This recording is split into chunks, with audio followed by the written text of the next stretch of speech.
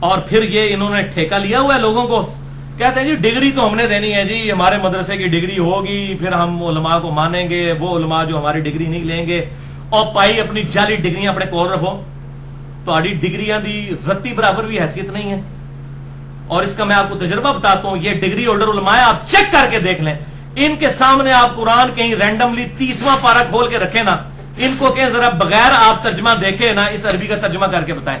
بخاری مسلم تے بھول ہی جاؤ نا کہ ترجمہ کر سکتے ہیں, وہ تو عربی پیور لنگوسٹک ہے, قرآن کی عربی تو آسان ہے, حدیث کی جو عربی ہے بہت مشکل ہے.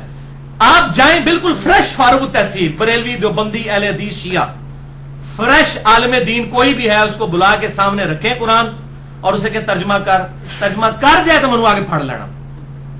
نہیں کر سکتے. ہم عربی میں پڑھتے ہیں اور عربی بھی نہیں آتی رہا, جعلی ڈگریاں. بھائی تواڈے کول جعلی ڈگریاں نے, ساڈے کول الحمدللہ انٹرنیشنل نہیں یونیورسل ڈگری ہے. اور وہ کون سی ڈگری؟ صحیح بخاری میں حدیث ہے انٹرنیشنل نمبر کے مطابق 3461, مشکات میں کتاب العلم چیپٹر میں پہلی حدیث انٹرنیشنل نمبر کے مطابق 198 نمبر یہی حدیث ہے, بلغوا عنی ولو آیا. ہمارے محبوب صلی اللہ علیہ وسلم نے فرمایا پہنچا دو میری طرف سے خواہ تمہیں ایک آیت بھی آتی ہو.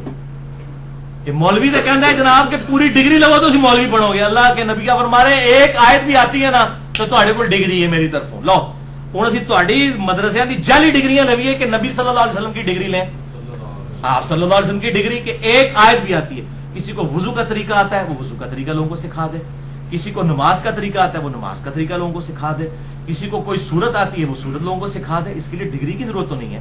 ڈگری الحمدللہ ہمارے پاس پہلے ہی موجود ہے. آپ اپنے مدرسوں کی جعلی ڈگریاں اپنے پاس رکھیں. اور یہ مدرسے تو بنے بھی 330 ہجری میں پہلا مدرسہ بنا ہے آپ صلی اللہ علیہ وسلم کی وفات کے تقریباً آپ سمجھ لیں کوئی 350 سال کے بعد یہ الازہر یونیورسٹی بنی ہے. اس کے بعد یہ معاملات چلے. اور باقی انڈیا پاکستان کے آپ کو جو مدرسے نظر آ رہے ہیں یہ صرف انگریزوں کے دور کے اندر بنے. ظاہر ہے کہ انہوں نے بھی روٹی روزی چلانی تھی تو مدرسے بنا کے اور لوگوں کا ایک بچہ حافظ کرا لو سارے لے جائے گا, باقی ہمیں سارے آرام خوری کرتے رہو. تو انہوں نے مدرسے بنا کے, میں یہ چیلنج کرتا ہوں کہ یہ حفظ قرآن کا مدرسہ مجھے کسی صحابی, تابعی, تبع تابعی پہلے 500 سال میں سے ثابت کرے کہ حفظ قرآن کے کبھی مدرسے بنے ہوئے ہوں. اس وقت تو علم دین سکھایا جاتا تھا. یہ حفظ قرآن اور یہ طوطے بنا بنا کے جو نکال رہے ہیں اور قرآن کا ایک لفظ نہیں ان کو آتا, صرف وہ قرآن عربی بولتے ہیں. یہ مدرسے تو کبھی بھی اللہ تعالیٰ کے نبی صلی اللہ علیہ وسلم نے, صحابہ, تابعین, تبع تابعین نے نہیں بنائے. یہ بالکل انگریزوں کی پیداوار ہے مدرسے. صرف کیوں یہ مدرسے ہوں گے تو آپ ان کو چندے اور کھالے دیں گے. آج یہ مدرسے ختم ہو جائیں ان کی روٹی روزی بند ہو جائے گی. انہوں نے ہنر تو سیکھا کوئی نہیں ہے, تو انہوں نے حفظ قرآن کے مدرسے بنائے. ان سے پوچھیں کہ یہ کس سنت کے اوپر آپ عمل کر رہے ہیں. حفظ قرآن کے نبی صلی اللہ علیہ وسلم, صحابہ, تابعین, تبع تابعین نے مدرسے بنائے تھے کہ آپ لوگوں کو دھڑ دھڑ حافظ قرآن بنائے. اور بھائی عالم قرآن بناؤ ان کو, حافظ قرآن کیوں بنا رہے ہو؟ جس کا شوق ہے وہ خود حفظ کرے گا. صحابہ کرام اپنے شوق سے کرتے تھے اور وہ رزلٹ یہ نکلتا ہے کہ وہ حفظ کر کے نکلتے ہیں, پھر جیسے ہی دنیا میں ایکسپوز ہوتے ہیں تو سب تو بڑا شیطان حافظ قرآن بنتا جاتا ہے. بالکل تسی چیک کر لیو, 1000 نکلے نا کوئی ایک بندے کا پتر ہونا جے بیچے. باقی کیا ہوتا ہے پھر جیسے ہی تراویوں کا وقت آتا ہے تو وہ بھی اس کو بھی پتا کہ اب میں نے مال کمانا ہے, تو تراویوں کا وقت آتا ہے وہ تھوڑی تھوڑی شیپ بڑھانا شروع کر دیتا ہے. پھر تراویہ پڑھا کے پھر عید رات پھر منا دیتا ہے. پیسے اکٹھے کیتے اپنے, تراویہ پڑھا کے بھی پیسے ہی لے. بھئی یہ سارا جو جامعہ ترمذی میں صحیح حدیث ہے کہ ہر امت کا کوئی نہ کوئی فتنہ ہے اور میری امت کا فتنہ مال ہے. تو مال کا ہی تو فتنہ ہی سارا. یہ سارے کا سارا سسٹم جو ہے کولیپس کر جائے گا ان کا, اگر یہ آپ بیچ میں سے ایک وہ جیسے ایک آپ ستون کھینچ رہے نا پوری عمارت ڈرام سے نکل جائے گی, ان کی روٹی روزی بند ہو جائے گی. آپ ان سے یہ مدرسوں والا سسٹم ان کو کہیں چھوڑیں, فیس باللہ پڑھائیں. بیچ رہے ہیں آپ اللہ کی آیات کو, پیسے لے کے پڑھا رہے ہیں, فیس باللہ پڑھائیں. الحمدللہ ہم یہ درس قرآن کرتے ہیں, کتنی جگہوں پہ جا کے دعوت دیتے ہیں. 1 روپیہ کیا آنے جانے کا کبھی کرایہ تک بھی کسی سے, گاڑی بھی لوگ بھجواتے کبھی نہیں لی ہے, اپنی جیب سے الحمدللہ کر کے جاتے ہیں. اللہ سے اجر لینا ہے. نماز تو میں نے ویسے بھی پڑھانی ہے, پڑھنی ہے. اگر میں کہیں پڑھاؤں نہ تب بھی میں نے اپنی تو پڑھنی ہے, تو میں نمازیں بیچوں کہ امام مسجد جا کے تنخواہ لے کے جی مجھے تنخواہ دے, میں نے آپ کو 5 نمازیں پڑھائی ہیں. اور بھائی تجھے نہ بھی پڑھانی پڑتی, تو نے اپنی تو پڑھنی تھی نا, تو نماز تو نہ بیچ. صحیح مسلم میں حدیث ہے کسی شخص کے لیے جائز نہیں کہ وہ اذان کی اجرت لے. صحیح مسلم میں حدیث ہے اذان کی اجرت نہیں لے سکتا. کیوں؟ اللہ کے لیے وہ بلا رہا ہے. حالانکہ اذان دینا ہر بندے پہ فرض نہیں ہے, لیکن نماز تو ہر بندے پہ فرض ہے.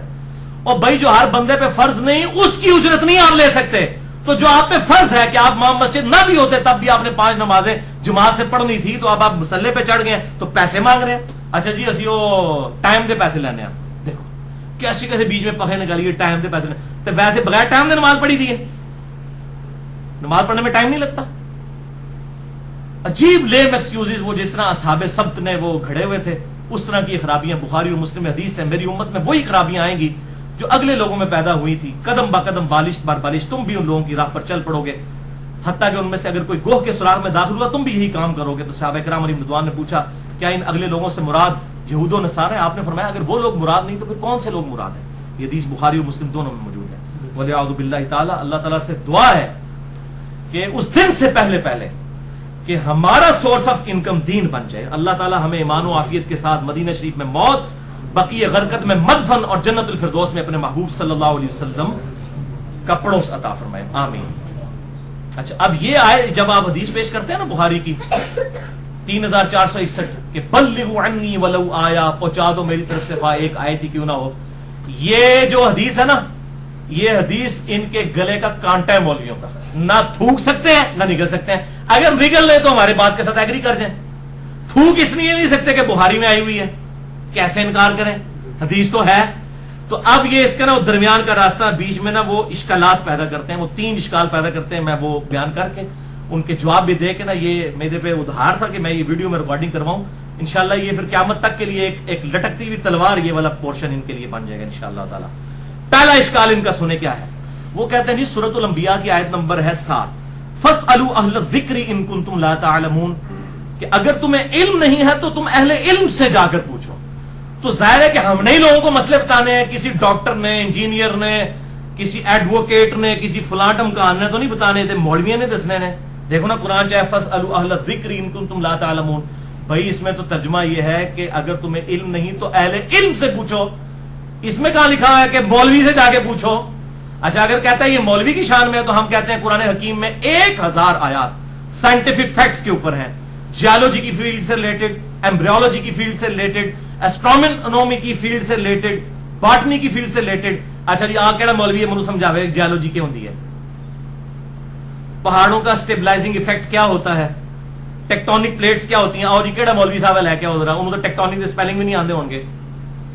تو پھر اہل ذکر تے نہ رہا نا. قرآن تو اس کا مطلب پورا تو قرآن اس کو بھی کوئی نہیں آتا، پھر تیری ڈگری کا کیا فائدہ پائی؟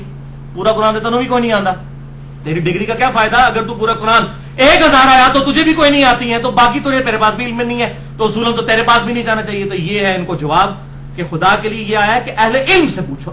جو معاملات آپ کو پتہ ہے آپ لوگوں کو بتائیں، جو آپ کو نہیں پتا.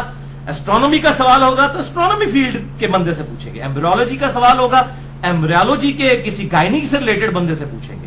اسی طریقے سے جیولوجی کا سوال ہوگا تو کسی جیولوجی کی فیلڈ کے بندے سے پوچھیں گے اور وہ پھر بتائے گا. اچھا پھر یہ کہتے ہیں کہ جی پھر ساڈے کول تے آؤ گے نا، کوئی گلاں تے اسی بھی دسنیاں نے.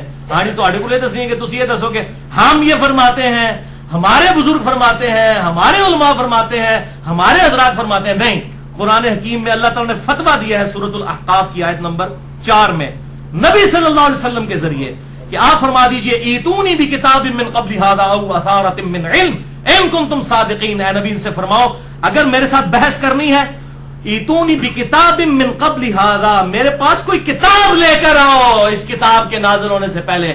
اگر قرآن کو نہیں مانتے ہو اپنی کوئی کتاب لے کر آؤ. او اثارۃ من علم ان کنتم صادقین، یا نبیوں کی کوئی حدیثیں آثار چل رہے ہو نا اس میں سے میرے ساتھ بات کرو. تو ٹھیک ہے، مولویوں سے بھی ہم کہیں گے کہ مولویوں تو یہ کہتے ہو نا کہ تہاڈے کول مسئلہ پوچھنا ہے، تم اہل ذکر ہو تو ہمیں پھر یہ نہیں کہو گے کہ مسئلہ یہ ہے، تم بتاؤ گے قرآن میں یہ لکھا ہوا ہے، حدیث میں یہ لکھا ہوا ہے.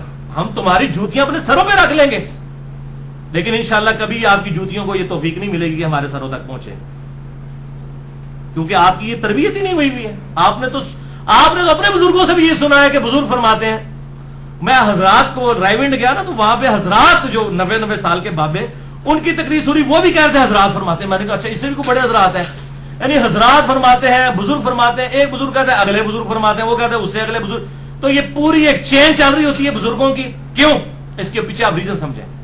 یہ بڑی اٹینٹو ہو گئے گفتگو سننے والی میری طرف متوجہ رہے، بجائے آپ ایک دوسرے کا ہنسی مذاق کرنے کے.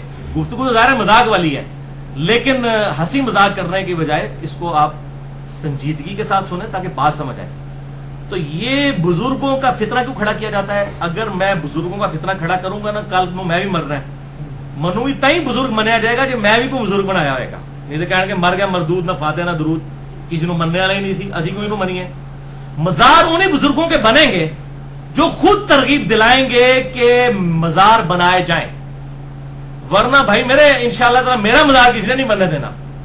ہمارے یہاں ایک بڑے قریبی بزرگ تھے، وہ فوت ہو گئے، مجھے یاد ہے صحیح طریقے سے، جب ہم ان کے قبر پہ دفنانے کے لیے گئے تو لوگ وہ قبر جو گورکن تھا وہ مٹی تھوڑی زیادہ ڈالنے لگا، تو کتنے لوگوں نے شور مچایا، ان کا نہیں قبر اونچی نہیں کرنی ایک بالش سے، یہ بڑے سخت مخالفت کرتے تھے اس چیز کی۔ میں نے کہا واہ، جس نے مخالفت کی ہوئی ہے نا اس کے اوپر یہ معاملات ہوں گے بھی نہیں، اللہ تعالیٰ اسپیشل پروٹیکشن اس کی کرے گا الحمدللہ۔ تو یہ اشکال ان کا ختم ہوا۔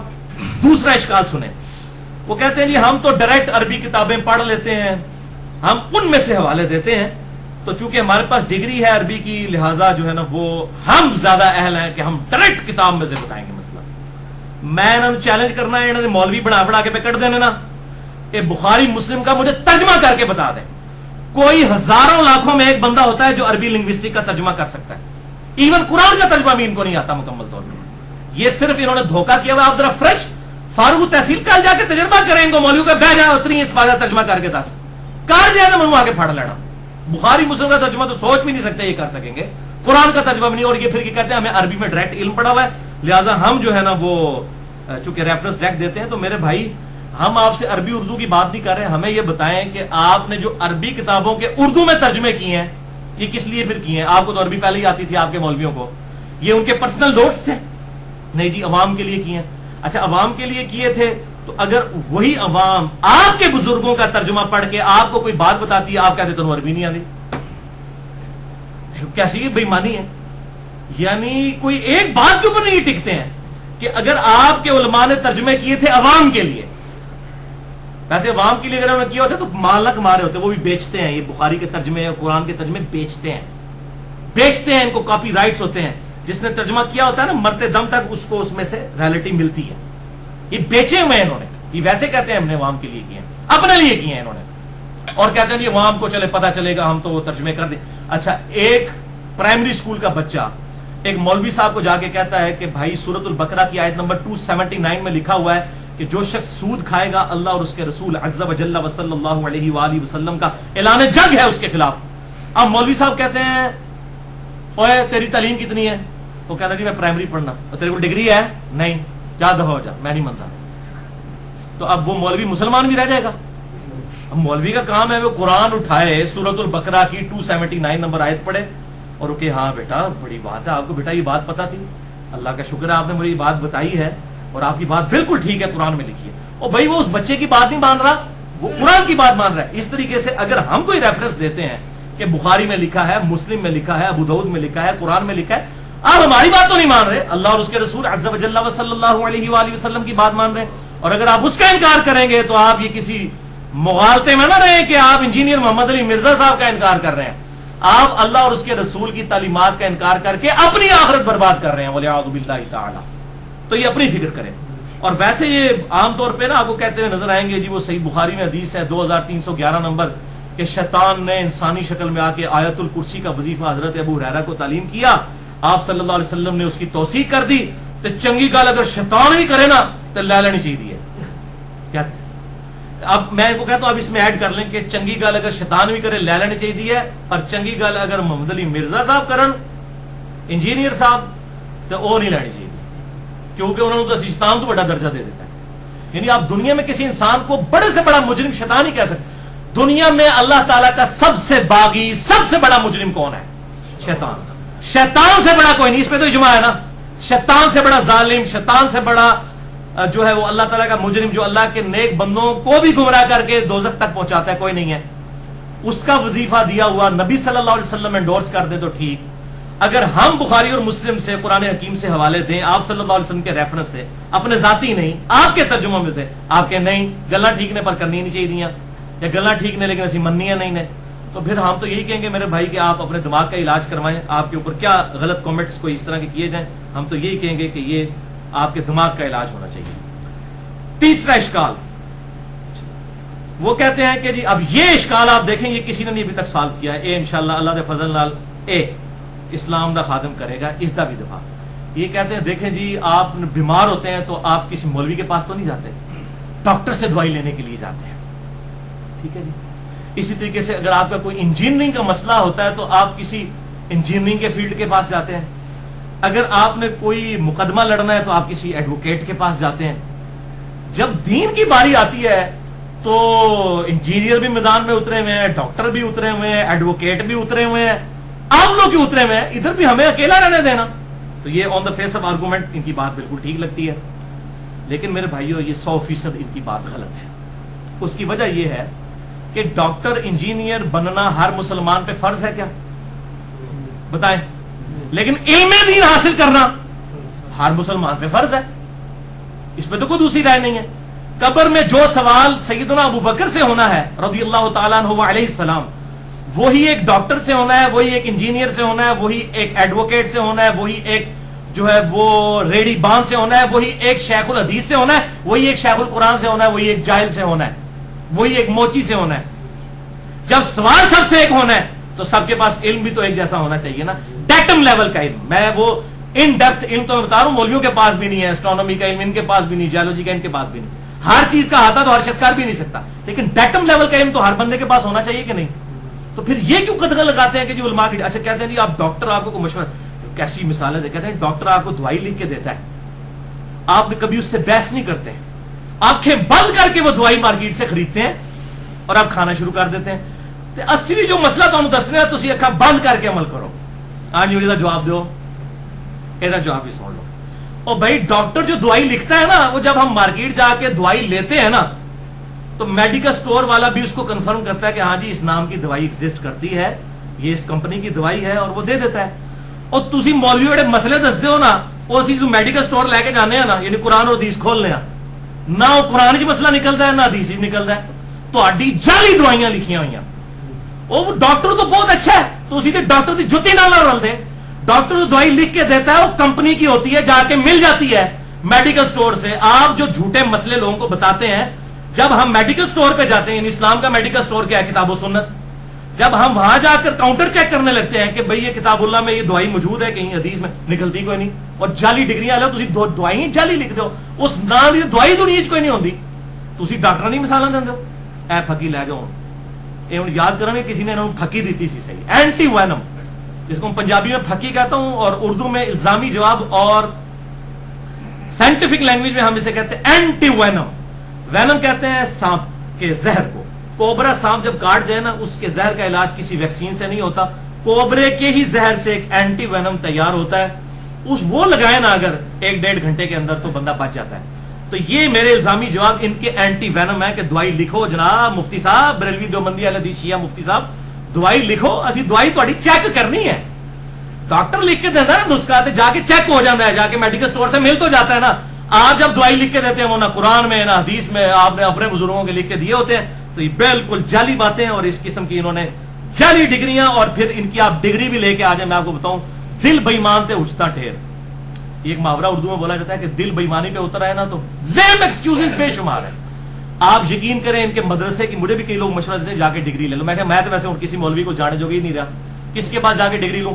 اگر آپ ڈگری بھی لے کے آ جائیں نا, اس مدرسے کے خلاف یا اس اسکول آف تھاٹ کے خلاف بات کر دینا, کہتے ہیں بندہ ساڈا سی ڈگری بھی ساڈے کو لئی, پر اون خراب ہو گیا, اون گمراہ ہو گیا, پھر ڈگری کا فائدہ کوئی نہیں. اور تہاڈی ڈگری ایڈی جعلی ہے کہ تہاڈے کو ڈگری لے کے بندہ گمراہ ہو گیا. ہونا تو چاہیے تھا آپ کی ڈگری لے کے, ڈگری تو اس لیے لی جاتی ہے نا بندہ ہدایت پہ رہے. آپ کی ڈگری لے کے بھی گمراہ ہو گیا بندہ, تے پھر تے جناب بندے کا قصور نہیں ہے, قصور تے تہاڈی ڈگری دا. بھائی اپنی ڈگری جعلی جڑی ہے وہ صحیح کرواؤ. ڈگری جو ڈگری لی ہے جی ہماری, لیکن بعد میں اور پھر یہ ان کی ڈگریاں, ان سے پوچھیں, کسی بریلوی سے پوچھیں کہ کس کی ڈگری لیں, وہ کہے گا ہماری لیں, جو بندی اہل حدیث شیعہ فارغ نے. جو بندی کو جاؤ وہ کہیں گے جی بریلوی فارغ, اہل حدیث فارغ, شیعہ فارغ. شیعہ کے پاس جائیں گے وہ یہ سارے فارغ, اہل حدیث کہیں گے سارے فارغ, اور وہ کہیں گے ہماری ڈگری. اچھا ڈگریوں پہ بھی متفق, پھر کون سی ڈگری لیں ہم؟ بھئی ہمارے پاس ڈگری ہے صحیح بخاری 3461, بلغوا عنی ولو آیا. اپنی جعلی ڈگریاں پڑھے, کول کھو کھاتے چ پاؤ انہاں ڈگریاں نو, خدا دا ناجے علم لوگوں کو بتائیں. آپ ڈگریوں کی بات نہ کریں, علم کی بات کریں. ڈگری ہے, ڈگری دکھاؤ, ڈگری دکھاؤ, بس ڈگریوں کا رٹا لگایا ہوا ہے انہوں نے. اچھا آپ پھر آپ دیکھیں ڈگری ان کی آپ لے کے آ جائیں, اس کے بعد ان کے خلاف بات کریں، ان کے فتوے بکتے ہیں، اس کو بھی چھوڑ دیں۔ آپ ان سے یہ پوچھئے کہ جن علماء نے ڈگری لی ہوئی ہے ان کے کردار میں کتنی نکھار آیا ہے؟ ایک مولوی بولتا ہے پاکستان میں دیوبندیوں کا فضل الرحمان صاحب کی ویڈیو بنی ہوئی ہے، انہوں نے کہا یہ طاہر الپادری ہے، طاہر القادری صاحب کا طاہر الپادری، اور یہ جو ہے مسلمانوں کا جے سالک ہے، وہ جے سالک بھی خیر فوت ہو چکا ہے، عیسائیوں کا سیاسی لیڈر تھا۔ یہ ڈگری کی آؤٹ پٹ میں آپ کو دکھا رہا ہوں، اور یہ نہ سمجھیں یہ آج کے لوگ ہیں۔ 1905 میں احمد صاحب بریلوی صاحب نے کتاب لکھی ہے حسام الارمین، اس میں انہوں نے علماء دیوبند کو کہا یہ شیطان اور قادیانی کے دم چھلے ہیں، رشید احمد گنگوئی اور قاسم ننوتوی، یہ آپ لینگویج دیکھیں ان کی۔ اچھا، اس کا جواب جب دیوبندیوں نے 1906 میں دیا المحند المفند، اور انہوں نے اس کے جواب میں لکھا کہ احمد صاحب بریلوی اور ان کی جماعت پوری، ان کے علماء اور ان کی پبلک ایک شیطانی لشکر ہے جو ہم پہ حملہ آور ہو گیا۔ یہ میں آپ کو ڈگریوں کی شکل دکھا رہا ہوں، یہ ڈگریوں والوں کی لینگویج آپ سنیں۔ شیطان سے کم ٹائٹل نہیں کسی کو دیتے، اگر ڈگریوں سے فرق پڑتا ہو تو ان کے بزرگوں کو تو پڑ جاتا ہے، میں بزرگوں کے حوالے دے رہا ہوں، آج کل کے لوگوں کے نہیں۔ احسان علی ظہیر صاحب البریلویہ کتاب انہوں نے لکھی، احمد صاحب بریلوی صاحب کے بارے میں لکھا کہ احمد صاحب بریلوی صاحب رافضی تھے، نعوذ باللہ من ذالک۔ یہ اتنا بڑا جھوٹ ہے کہ کوئی شخص یہ کہہ دے کہ مولانا مودودی رحمہ اللہ ناصبی تھے جو حضرت علی کا دفاع کرتے رہے پوری زندگی، یا کوئی یہ کہہ دے کہ صلاح الدین یوسف صاحب رافضی ہیں جو پوری زندگی جو ہے وہ ناصبیت والا ہی کردار ادا کرتے رہے۔ یہ اتنا بڑا جھوٹ ہے کہ کوئی شخص یہ بول دے کہ احمد صاحب بریلوی صاحب رافضی تھے۔ احمد صاحب بریلوی صاحب نے تو رد الرافضہ لکھی جس پہ گورنمنٹ آف پاکستان نے پابندی لگائی ہوئی ہے، جس میں انہوں نے 7 کفر کے فتوے لگائے ہیں رافضیوں کے اوپر جو غالی رافضی شیعہ ہے، اس کتاب کی پابندی ہے۔ اور اس شخص کو انہوں نے کہا کہ جی یہ رافضی، یعنی جب بندہ بےایمانی پہ اترا ہے اس کا تو علاج ہی کوئی نہیں ہے، اور دلیل کوئی علمی دلیل نہیں دی ہے۔ حالانکہ احمد بریلوی صاحب کے آپ فتوے پڑھے، وہ تو کہتے ہیں شیعہ کے مجلس میں جانا حرام، اس کا کھانا حرام، شیعہ سے نکاح حرام۔ یہ میں اپنا موقف نہیں بتا رہا ہوں، ان کے موقع میں بتا رہا ہوں۔ اور وہ یہ کہتے ہیں کہ جی ان کی مجلس میں گفتگو سننا حرام، ان کے جلوس کو دیکھنا حرام۔ وہ تو اس لیول تک مخالف تھے جب یہ سب لوگ بھیکی بلیاں بنے ہوئے تھے، اس وقت انہوں نے جو ہے وہ رافضیوں کے بارے میں اتنی آؤٹ سپوکن بات کی، ظاہر میں غلوب بھی کر دیا۔ اس بندے کو کہہ رہے ہیں کہ وہ رافضی تھا، اور کہتے ہیں دیکھیں جی ان کے والد کا نام تھا نقی علی خان اور ان کے دادا کا نام تھا تقی علی خان۔ دیکھ تو بھائی انڈیا، پاکستان اور بنگلہ دیش میں جو مجدد اعظم ہے اہل حدیث کے، ان کا نام ہے نذیر حسین دہلوی، ان کے بھی نام میں حسین آتا ہے۔ یہ اصل میں سعودی عرب والوں نے جو ٹوٹکا پڑھایا نا، آج بھی آپ دیکھیں نا کسی کے وہ پاسپورٹ پہ علی حسن حسین لکھا ہو نا، اس کو علیحدہ کر لیتے ہیں۔ یعنی ایک طرف کہتے ہیں ہم علی حسن حسین کو مانتے ہیں، دوسری طرف ان کو شک پڑ جاتا ہے کہ شیعہ نہ ہو۔ تو یہ وہ چیز ہے جو یہاں پہ بھی انجیکٹ ہو گئی ہے کہ ناموں کی بنیاد کے اوپر۔ بھائی ناموں سے کیا فرق پڑتا ہے؟ آپ ناموں کو نہیں مانتے؟ حسن حسین کیا جنتی نوجوانوں کے سردار نہیں ہے؟ اگر کسی کے نام میں آ جاتا ہے تو آپ اس کو رافضی کہنا شروع کر دیں گے؟ بولے اعوذ باللہ تعالی، یہ کون سا آپ نے دین بنایا؟ کوئی علمی بات کریں۔